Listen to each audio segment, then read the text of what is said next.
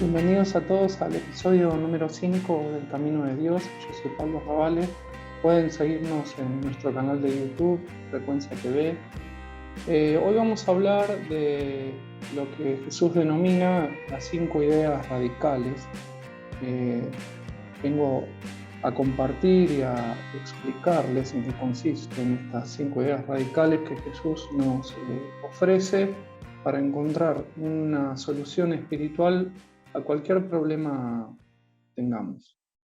Les traigo el dictado que he recibido y a medida que lo lea voy a ir no solo compartiendo con ustedes su contenido, sino también explicándoselos, como bien les decía recién. Comienza así.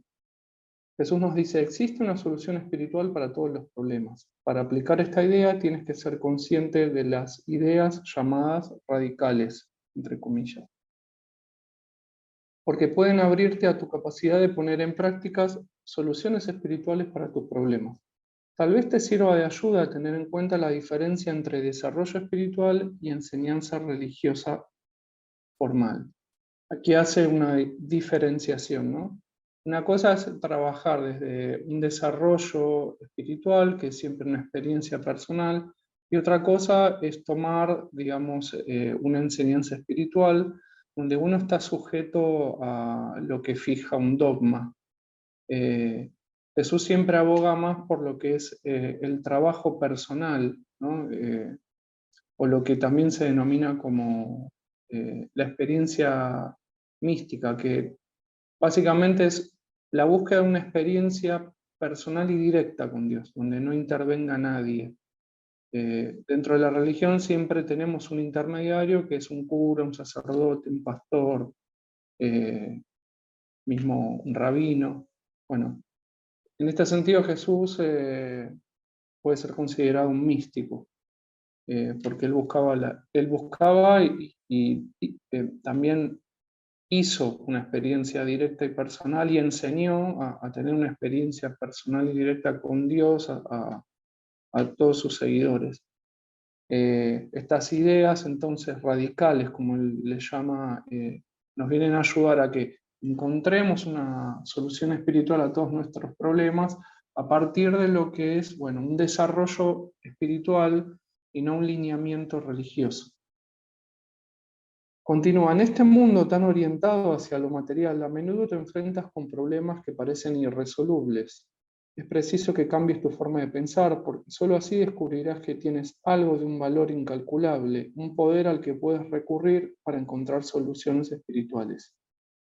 Aquí lo que nos está diciendo es que la solución a todos nuestros problemas no es algo que vamos a encontrar de manera externa, como estamos acostumbrados, ¿no?, a hacer, sino que hay una sabiduría que nos es inherente eh, por justamente nuestra naturaleza divina, a la que podemos recurrir, pero de la cual no somos plenamente conscientes. Es lo que nos va a enseñar es a recurrir a esa sabiduría inherente para que traigamos la solución de forma espiritual a los problemas propios de esta realidad material, ¿no? No es necesario consultar a ningún experto en teología ni hojear antiguos manuscritos para encontrar respuestas. Lo único que tienes que hacer es tomar conciencia de que esas soluciones espirituales están ahí a tu alcance. Vuelvo a esto mismo. Es la sabiduría inherente por nuestra naturaleza divina a la que Él nos va a llevar a que tomemos contacto. Actualmente son muchas las personas que identifican a Dios con la religión y las enseñanzas religiosas, nos dice Jesús. Sin embargo, estas ideas que yo te presento no forman parte de ninguna religión o iglesia. Son una receta para llegar a la unión con Dios y, en consecuencia, recuperar la memoria de todo el poder y la magnanimidad que te son inherentes desde el instante mismo en que fuiste creado. Ahora bien, he aquí 5 ideas radicales que pueden ayudarte a encontrar tus respuestas espirituales. He dispuesto estos 5 importantes temas de un modo que a mí me funcionó y que confío también lo hará contigo. Aquí Jesús nos está haciendo, digamos, una guía personalizada, ¿no? Lo que nos dice es que nos va a enseñar lo que a él le funcionó para que nosotros lleguemos a los mismos resultados que llegó él. Las 5 ideas radicales son: 1. El acto central de la ignorancia es la falsa identificación. 2. La mente del Hijo de Dios está serena porque sabe que la paz está en todas las cosas, incluso en la desdicha y la enfermedad. 3. El pecado no existe, solo hay obstáculos para la unión última con Dios. 4. Cuando te abstienes de la falsedad, tienes poder para obtener los frutos de las buenas acciones sin tener que realizar la acción misma. 5. Cuando te abstienes de hacer daño a los demás, todos los seres vivos dejan de sentir enemistad en tu presencia. Ahora bien, pasemos entonces a ampliarlas una por una. Nos las va a explicar una por una, lo cual me parece muy relevante. Primera idea radical: el acto central de la ignorancia es la falsa identificación. La ignorancia es la interpretación errónea de tu verdadera naturaleza, nos dice el maestro. Cuando te identificas con tu nombre o título, con tu cuerpo, tus posiciones, logros o reputación, estás negando tu verdadera identidad, en mayúscula. ¿Qué es lo que estamos negando? Que somos el Hijo de Dios. Estamos convencidos de que somos el personaje con el que nos movemos por esta realidad. Pero él nos dice: en la medida que sigas identificándote con ese personaje, estás negando tu verdadera identidad, que es la de ser el Hijo de Dios. Este acto de ignorancia te obliga a interpretar erróneamente tu naturaleza y en consecuencia a quedarte en la parte superficial de ti mismo. Es decir, nosotros, por estar identificados con un personaje que creemos ser, estamos no conectando en profundidad con quien somos realmente. Cuando el mundo se contempla como un conjunto de cosas y seres separados, es imposible tener conciencia de la totalidad. Es decir, cuando niegas a Dios en tu interior, o sea, cuando yo me reconozco solo como un cuerpo mortal y no tengo en cuenta mi naturaleza espiritual y mi naturaleza divina, niegas a Dios en todo lo que ves, nos dice. Encontrar una solución espiritual a cada problema empieza con el compromiso para acabar con esta clase de ignorancia. Para eliminar la ignorancia no tienes que volver a la escuela. Ignorancia no es la ausencia de conocimiento. Que seas ignorante no consiste en que tengas errores de ortografía o que no sepas resolver ecuaciones de segundo grado. Cada persona posee un amplio almacén de datos y conocimientos a su disposición.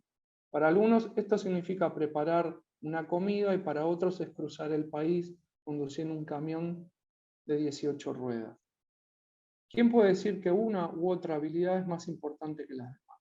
Es decir, el que seamos ignorantes no es porque no seamos versados en algún tema en particular, en alguna profesión específica, porque obviamente no todos dominamos todos los conocimientos, todas las profesiones. En algún tema o en muchos temas somos ignorantes, por más que en otros o en alguno en particular seamos eruditos.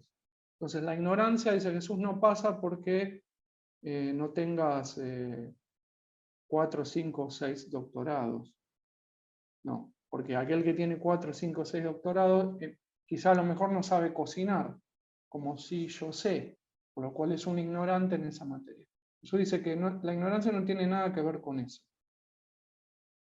Si una serie de habilidades te permite ganar más dinero y eso es importante para ti, debes aprender y aplicar por todos los medios esas habilidades para ganar dinero. Pero la persona que elige una serie de habilidades o acciones diferentes que le reportan menos ingresos, no tiene por qué ser ignorante, aunque tu cultura a menudo tiende a identificar pocos ingresos con ignorancia. Esto es muy cierto, ¿no? Porque por lo general aquel que genera pocos ingresos debido a que quizás no se capacitó y se especializó en algún campo, como puede ser el derecho, la medicina, la economía, no es un ignorante por no tener un título universitario. Pero bueno, para nuestra cultura es así. Aquel que genera pocos ingresos y que no es doctor en la ley, o médico, o economista, es un ignorante. Aquel que apenas terminó sus estudios secundarios y a lo mejor se gana la vida vendiendo verdura, bueno, para la cultura popular es un ignorante. Bueno, Jesús dice que no, la ignorancia no consiste en eso tampoco. No consiste en que yo no tenga un título universitario y no consiste en cuánto dinero gane, sobre todo si la cantidad no es la misma en comparación con un profesional. Lo que aquí examinamos, dice Jesús, es la ignorancia definida como identificación solo con el mundo material basado en el ego. Es decir, ser ignorante es sencillamente cuando yo me identifico con la realidad material, cuando yo me identifico con este personaje que creo ser, y no con la realidad de lo que soy, que es el Hijo de Dios.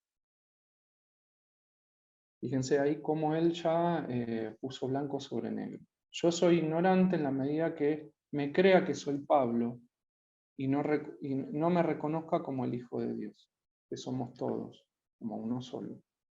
Para eliminar este tipo de ignorancia tendrás que replantearte la imagen que tienes de Dios y de ti mismo. Procura olvidar la errónea identificación de Dios con los 5 sentidos y el intelecto y sustitúyela por la imagen de que estás eternamente conectado con una fuente divina. Esta nueva identificación tiene que ir acompañada de la decisión interior de reorientarte cuando te enfrentes con un problema. Por ejemplo, en lugar de pedir a un Dios externo, nosotros siempre creemos que Dios está por fuera de nosotros, que está arriba en el cielo, o sea, lo vemos como un Dios externo. Sin embargo, Jesús dice que nosotros estamos en Dios, por lo cual Dios está en nuestro interior, no afuera. En lugar de pedir a un Dios externo que resuelva tu problema por ti, identifícate como parte de la amada creación de Dios que eres. Dedica tus acciones a Dios y poco a poco verás desaparecer el error de la falsa identificación. O sea, todo aquello en lo que yo me desempeño en este mundo, en esta realidad material, puedo consagrarlo a Dios como una manera de pasar a identificarme con mi verdadera naturaleza y dejar de identificarme con el personaje que creo ser. Si quieres poner fin a la costumbre de comer demasiado, de forma compulsiva, empieza por no identificarte más con un cuerpo lleno de ansia. Imagínate, en cambio, lleno de una paz y alegría puras y eternas, siempre en unión con Dios. La ignorancia te impide experimentar verdaderamente el placer o la realización a través de los sentidos, porque te aferras a aquello que crees que te lo proporciona en lugar de descubrir la pureza o la auténtica felicidad. La errónea identificación siempre te traicionará. Los sentidos no cesarán de tentarte con objetos de deseo. Entonces, si a lo mejor creo que tengo un problema con la comida porque como de forma compulsiva, eso es porque me identifico con un cuerpo que tiene un hambre desmedida. En la medida que yo me reconozca espíritu y no cuerpo, ese ansia va a ir disminuyendo. Porque yo ya no me sé un cuerpo. Por eso Jesús podía pasarse 40 días sin comer, porque él ya no se identificaba con su cuerpo. Por eso dice, los sentidos no cesarán de tentarte con objetos de deseo en la medida que yo me cree un cuerpo. Deja de identificar tus pensamientos con las sensaciones de tu ego y siéntete parte de la paz y el amor de Dios. Cuando lo hagas, seguirás actuando según tus pensamientos, pero lo harás como el ser divino que eres, perfectamente equilibrado.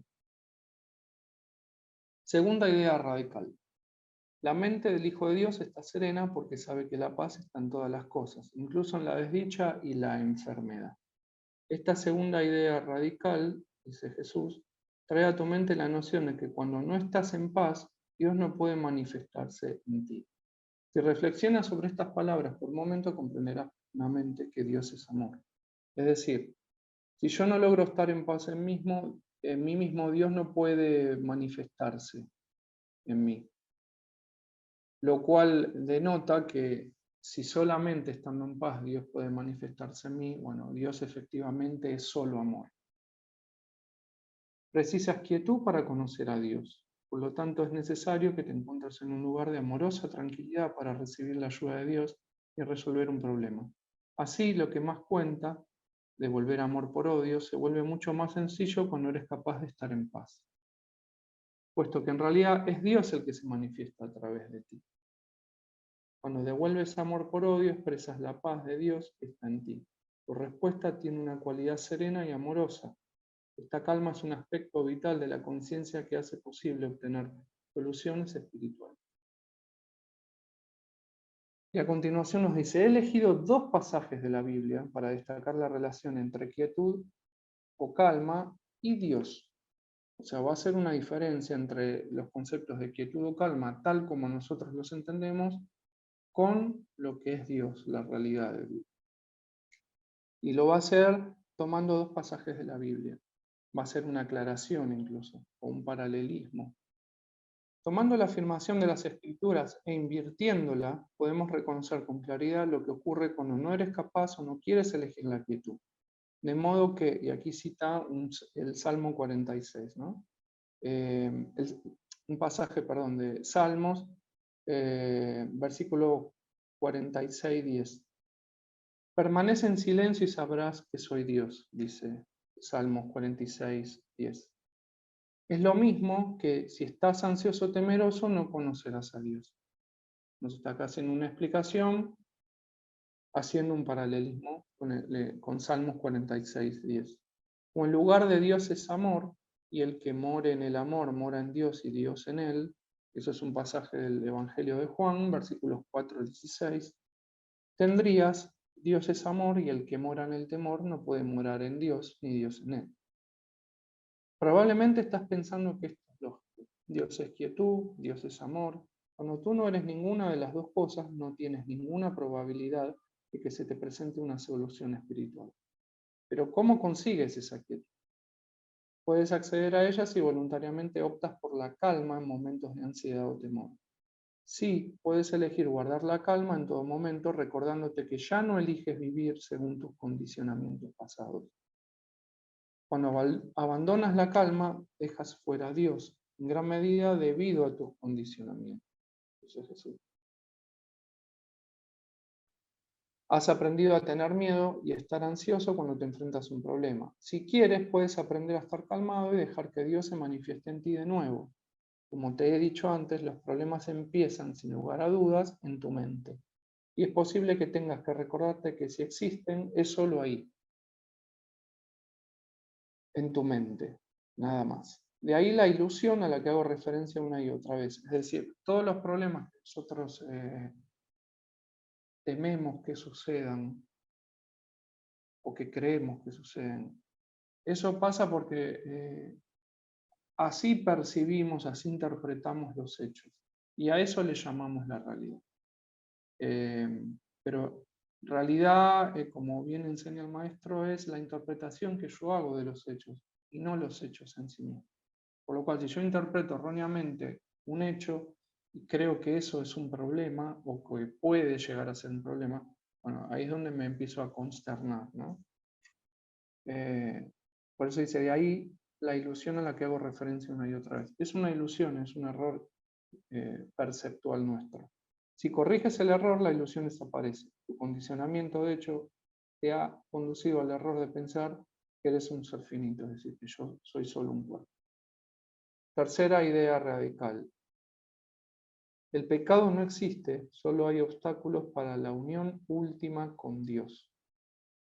La mayoría crece creyendo que un pecado es un acto de desobediencia o ingratitud hacia Dios, quien está separado de nosotros e impone su castigo. Eso es lo que de hecho nos dice la religión, ¿no? Nos machaca con eso.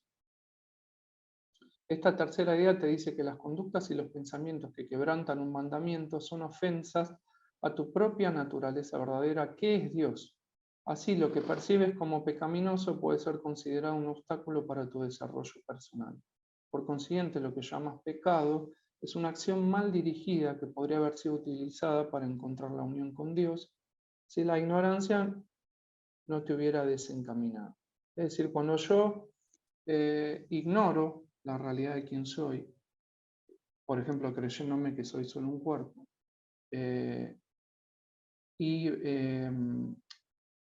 me centro en las actividades solo de mi cuerpo, como puede ser comer de manera compulsiva y luego me siento mal, me siento culpable. Bueno, eh, fíjense que en los 10 mandamientos hablan de la gula. Bueno, Jesús dice, no, no existe algo como el pecado, sino que lo que entendés como pecado es una acción mal dirigida. Por identificarte con tu cuerpo, caes en esto de comer de forma desmedida.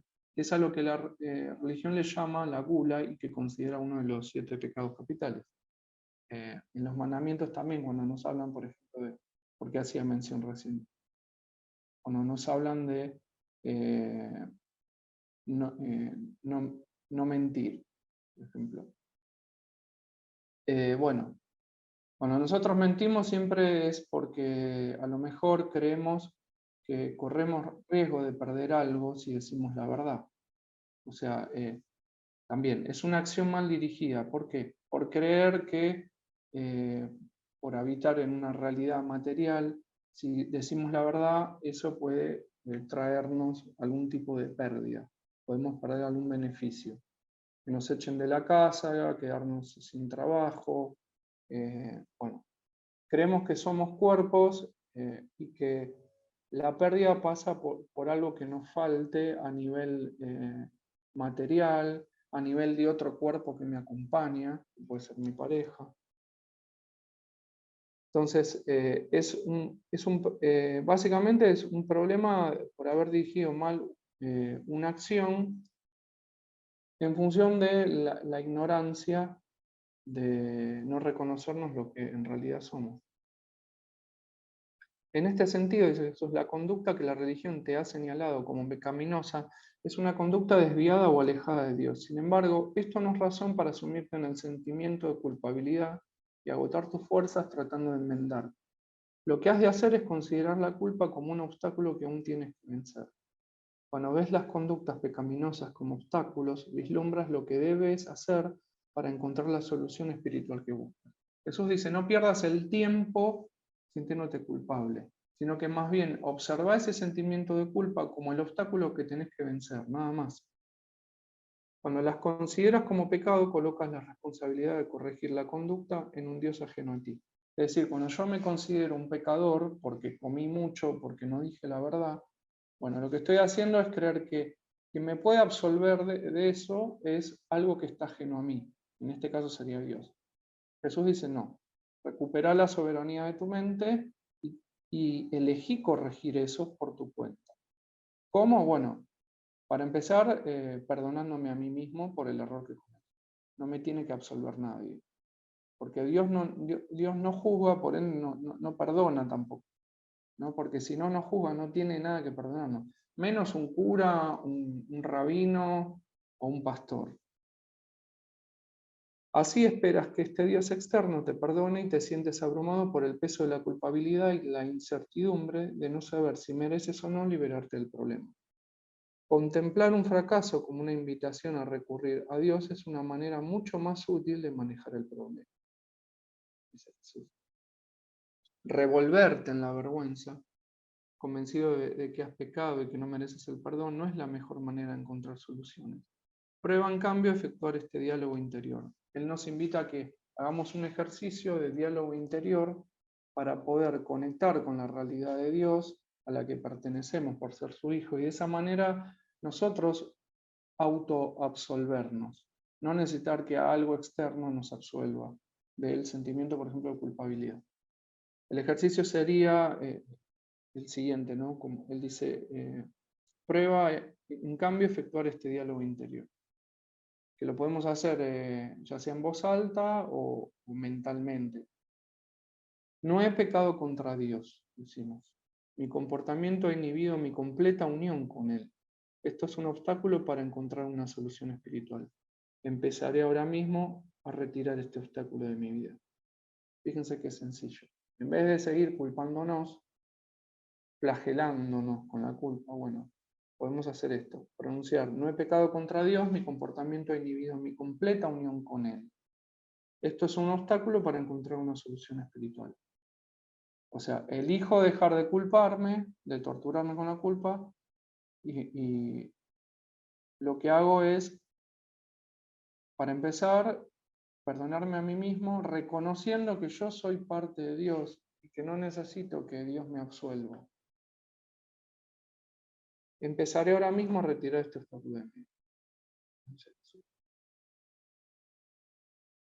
Esta idea radical enseña el concepto de que los obstáculos te impiden llegar a la conciencia unificada del Dios que llevas dentro. Si has quebrantado alguno de los mandamientos que para ti son ley, si has robado, engañado, mentido, codiciado o incluso dañado físicamente a un hermano, intenta ver estas acciones como obstáculos para una unión espiritual con todo lo que verdaderamente eres.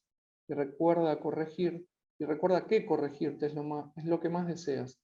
Solo así tendrás fuerzas para iniciar el proceso de eliminación de esto.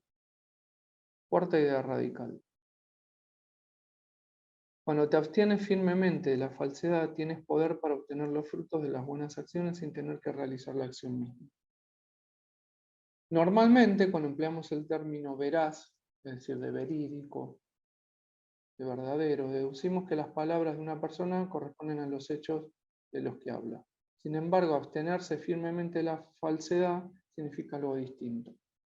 A lo que se refiere es a no identificarte completa y absolutamente con el santo ser que eres, unido a Dios en todo momento y sin confundir jamás la auténtica identidad. O sea,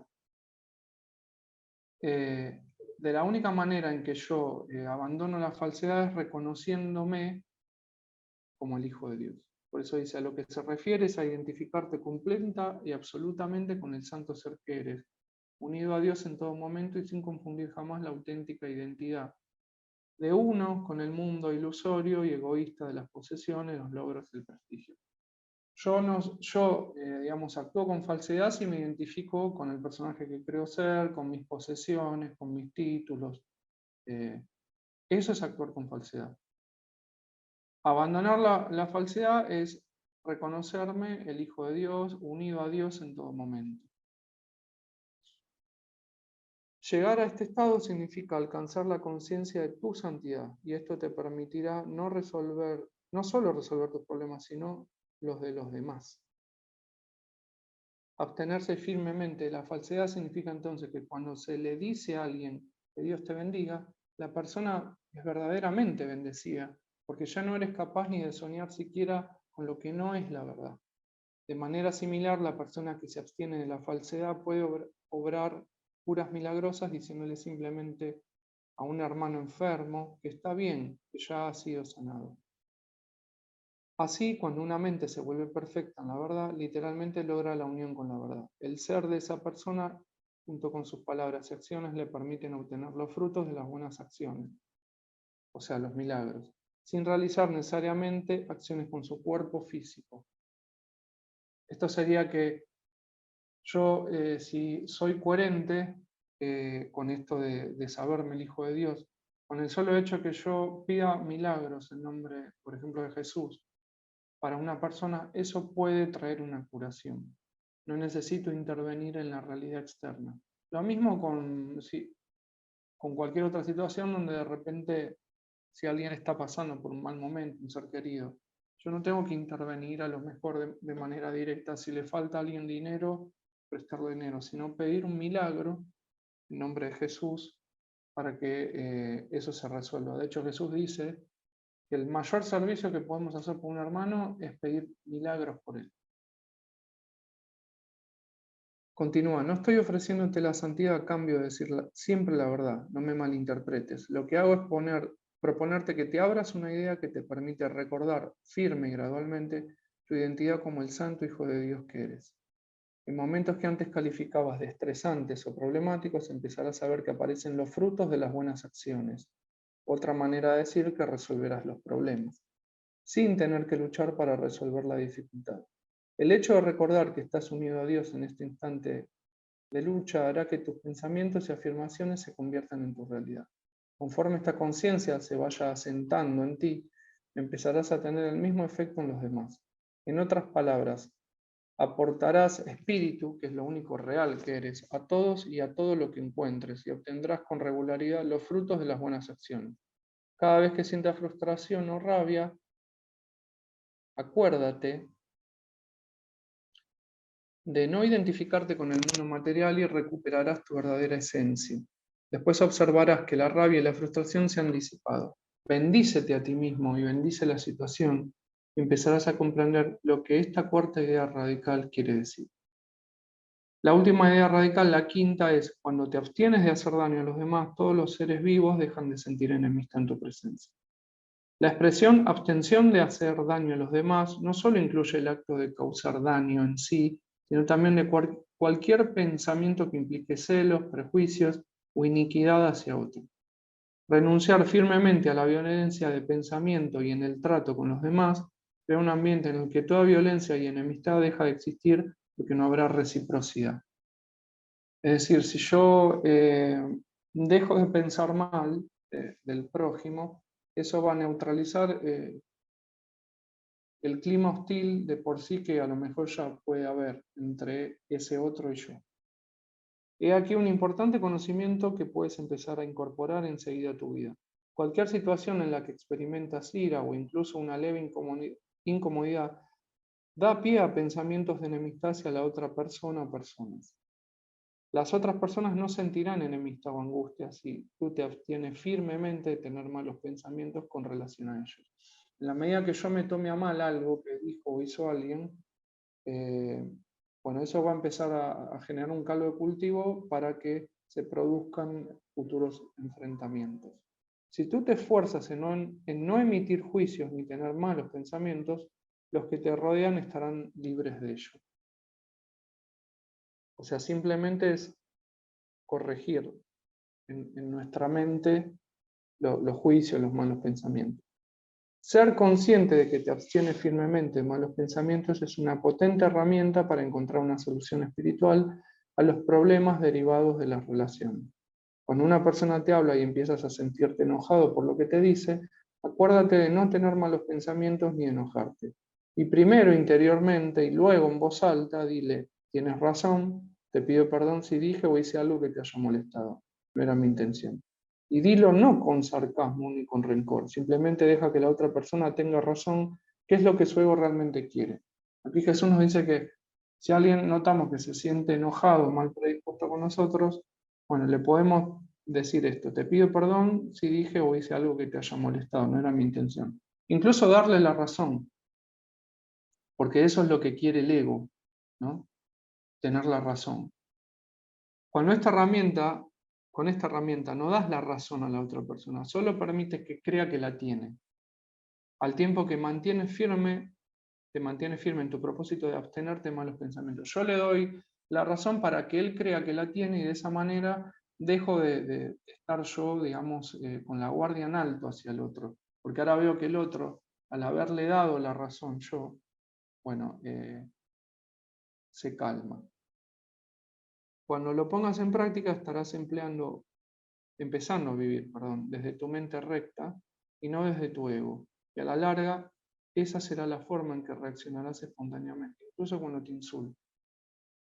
Cuando nos insultan, lo mismo: en vez de responder atacando, podemos usar este recurso, ¿no? Te pido perdón si dije o hice algo que te haya molestado, no era mi intención.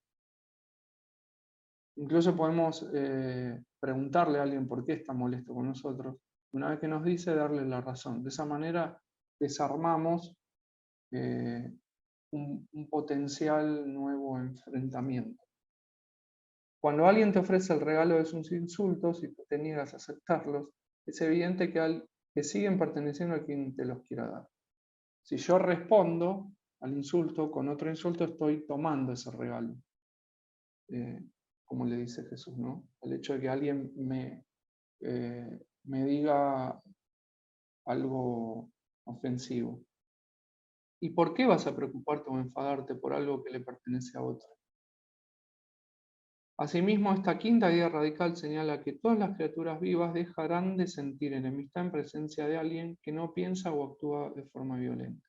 Esto es una manera de decir que puedes incluso influir hasta en el reino animal cuando eres firme en este atributo.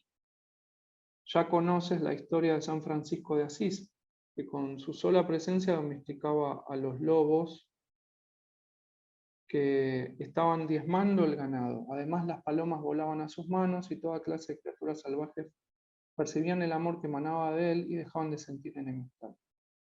Yo mismo he experimentado esto personalmente en muchas ocasiones, nos cuenta una experiencia personal de él. Una vez estaba meditando en un bosque en la India a las 4:30 de la madrugada, entonces apareció una jauría de perros salvajes que corría hacia mí ladrando con furia. Dejé de correr y dejé de tener pensamientos de miedo o violencia. Los animales se calmaron y no me hicieron ningún daño. Cuando contemples esta idea de la abstención de pensamientos o intenciones perjudiciales, ten en cuenta que las áreas de tu vida, las que llamas problemas, entre comillas, no existirían si te ciñeras a esta idea cada día.